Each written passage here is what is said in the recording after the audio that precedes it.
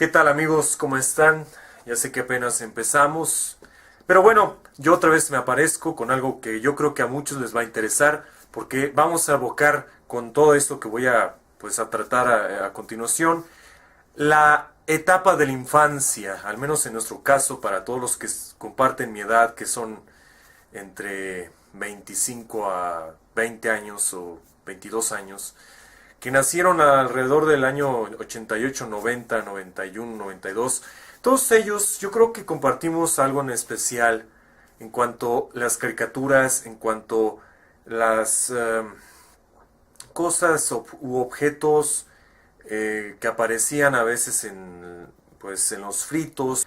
Y bueno, el punto es que sabemos todos que en esa época de los 90, mientras éramos niños, algo especial sucedía. Videojuegos, ¿sí? Esto va a tratar prácticamente el video sobre videojuegos, porque no se me ocurrió otra cosa, porque yo quise evocar esta experiencia, estas remembranzas, estas memorias muy gratas sobre los videojuegos, porque yo siempre los he amado.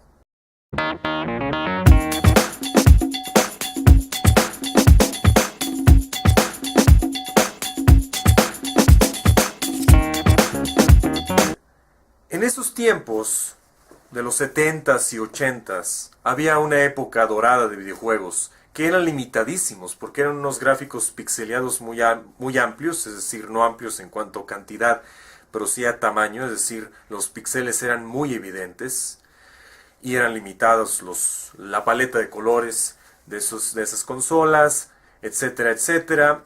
Inclusive los videojuegos empezaron monocromáticamente, como el Pong, era un juego monocromático, solamente mostraba pues prácticamente como color y no como ausencia de color, como sería el caso del negro, que no es del todo una ausencia de color. Pero si no es monocromático, porque muchos me van a andar corrigiendo, es bicrimático.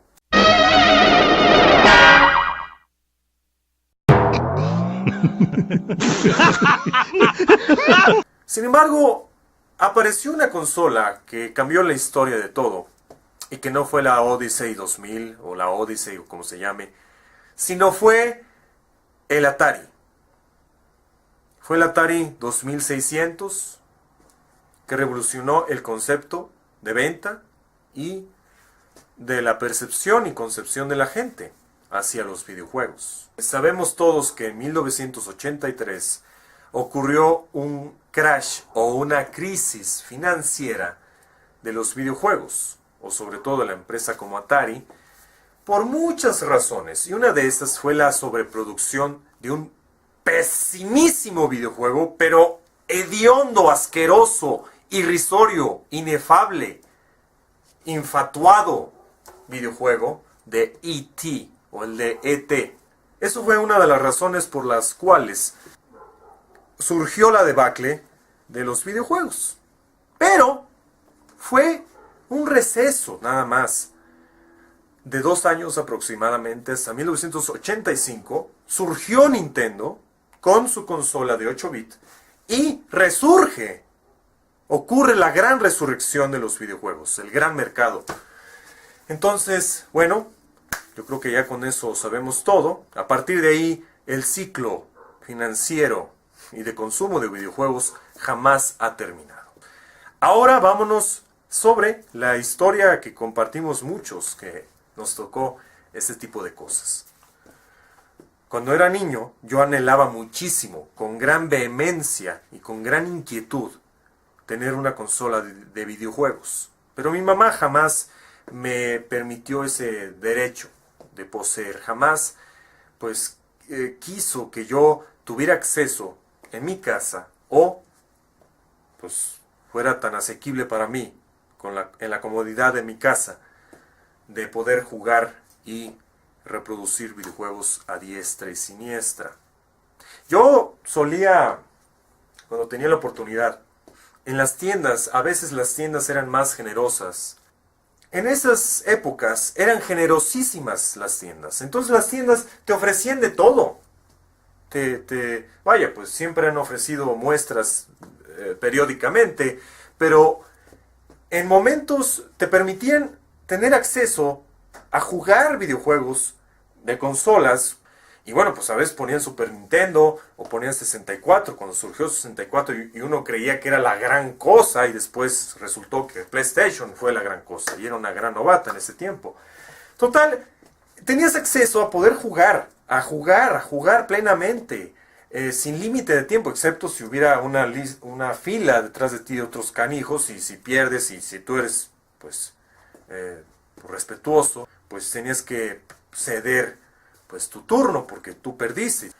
El caso es que yo siempre deseé con muchas ansias, con gran añoranza, tener una consola. Y cuando sucede ese gran día a mí, yo creo que esta historia la compartimos muchísimos. ¿Qué fue lo que recibí? ¿Qué fue lo que recibí? ¿Qué fue lo que surgió a partir del año 2000, 2001? Acuérdense que en México ha sido uno de los países que promueve y que vende y se consume la piratería, no solo producida en México, sino también de China, a diestra y siniestra. Y eso no es nuevo. Entonces imagínense qué me tocó a mí. A mí lo primero que me tocó primero un control de 64, pero no era realmente un control de 64, era un control para poder jugar o con acceso a una letanía de juegos, repetidos por cierto, de puro Nintendo. Era un control consola, era un control en el cual, por ejemplo,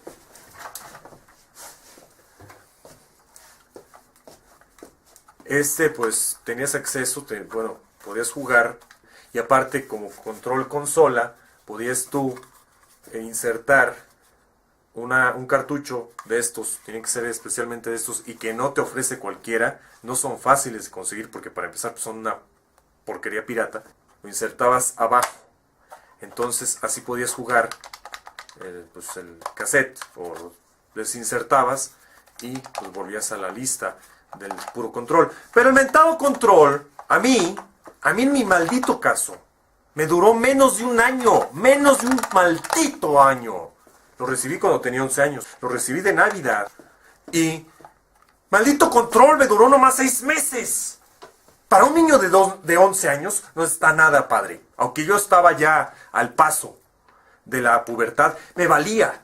Yo quería videojuegos y ya me había encariñado con Mario Bros. Y con otros juegos como Contra, por ejemplo. Podía jugar Contra. Era fabuloso, era genial.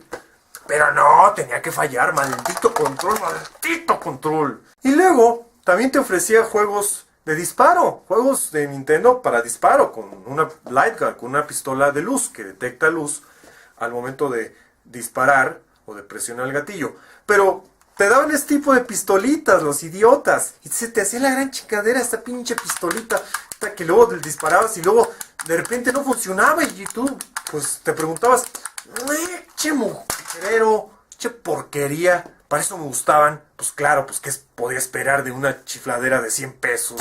O sea, por favor. No fue la única consola que recibí. Yo al menos recibí como 5 o 6 consolas de ese tipo. 5 o 6 y creo que son pocas. Me fascinaba, de alguna forma me gustaban. Lástima que no siempre tenía acceso, o bien no siempre podía yo aspirar a tener ciertos juegos que me gustaban, y aunque fuera de Nintendo y aunque fueran anacrónicos, bueno, que no fueran de mi época, y mucho menos del 2000, pues de todos modos yo quería experimentar videojuegos de Nintendo porque se me hacían pues muy geniales. Había algunos como por ejemplo un gran título como el Super Contra. La versión para Nintendo está genial, es fabulosísima, me encanta. Y yo desde que lo vi que tenía 12 años, yo quería jugarlo porque yo lo noté en una máquina. Pero bueno, digo, en una máquina así, pues preparada, ¿no? Como máquina de videojuego, arcade, preparada pues con una consola. Nada más para que reciba monedas y tenga funcionamiento con tiempo. Es decir, a partir de un tiempo te dura nada más cierto periodo de tiempo y después se corta y tienes que insertar otra moneda. Entonces trabaja por tiempos, cada inserción de moneda, y era pirata, era hechiza, por supuesto, mexicana, made in Mexico, a hueso, a huevo.